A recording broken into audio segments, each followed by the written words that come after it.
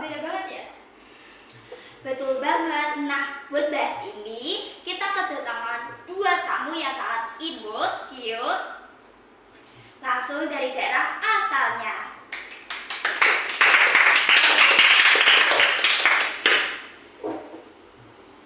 Ya, KL perwakilannya Kabau yang materinya banget. Oke guys, kenalkan nama saya Alina Putri Sultan Maharaja. Oh iya, BTW aku seneng banget nih bisa diundang di sini. Aku siap kasih cerita soal ada kami yang cewek-cewek pada megang kendali. Kak Clara yang bakal jelasin kenapa matrilineal itu cowok bos banget. Halo, perkenalkan nama aku Clara Boru Nainggolan.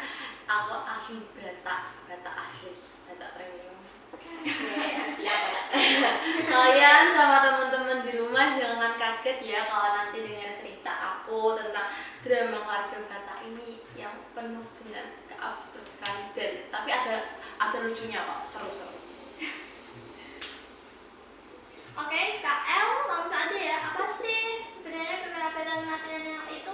Jadi gini, di Minangkabau tuh kita pada ngerayain para perempuan. Garis keturunan itu lewat ibu. Seperti warisan, tanah pusaka, bahkan gelar adat. Itu semua diwarisin ke anak perempuan. Wah, berarti cewek-cewek tuh raja di keluarga Minang ya? Bisa dibilang begitu. Bahkan rumah pusaka atau rumah gadang itu milik perempuan dan tempat keluarga ibu kumpul. Oh my god, seru banget. Tapi Kak Clara gimana dengan sistem patrilineal di Batak? Berbeda banget sama El yang dari Minangkabau. Di Batak, garis keturunan itu dari ayah. Jadi nanti anak laki-laki mewarisi marga serta tanggung jawab yang besar akan keturunan dan marga nantinya. Sedangkan anak perempuan kayak aku nantinya setelah menikah akan mengikuti marga suami. Jadi itu sih perbedaannya. Oh.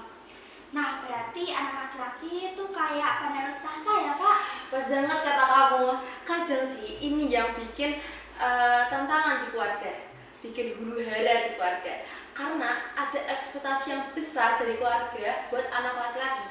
Karena kan mereka yang akan meneruskan keturunan marga ini kan. Kak Clara pernah ada drama itu soal ini gak? Sering banget. Pernah waktu acara ada di rumah aku, adik laki-laki aku itu tuh yang menyiapkan acara kan dari awal sampai akhir. Dia tuh sempat ada di posisi yang kayak bingung kan, harus ngapain, harus ngurusin ini, tapi harus juga ngurusin yang itu juga.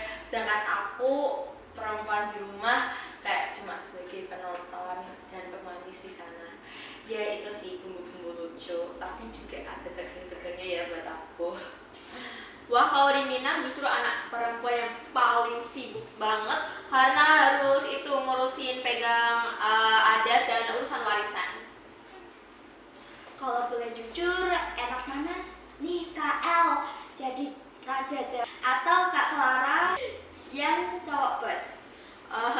Kalau saya sih bangga jadi cewek power, tapi kadang capek juga sih harus ngurusin ini itu.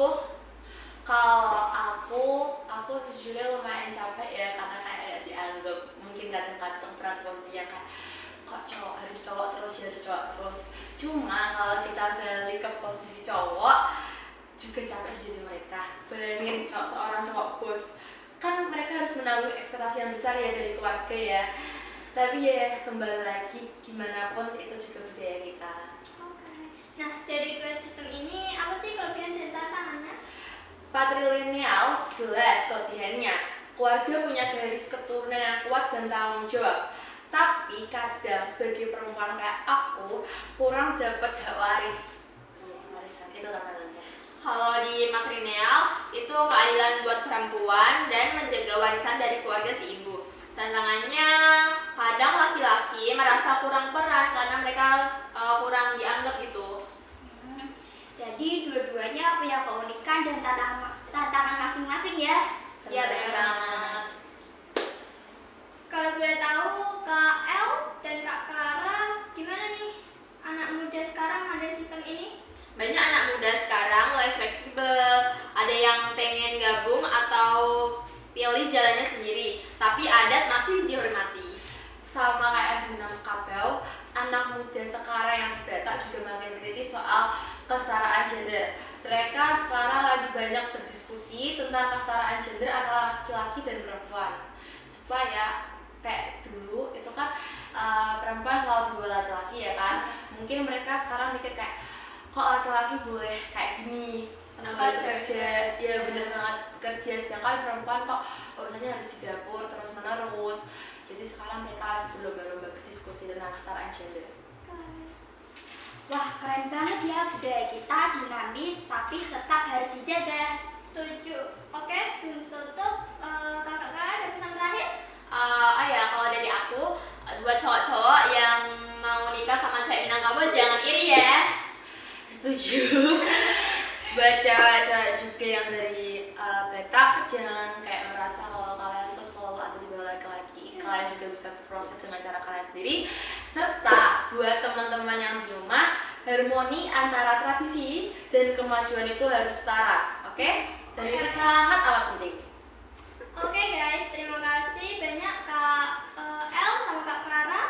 Terima kasih juga buat kalian yang udah dengerin. Sampai ketemu di episode selanjutnya. See you.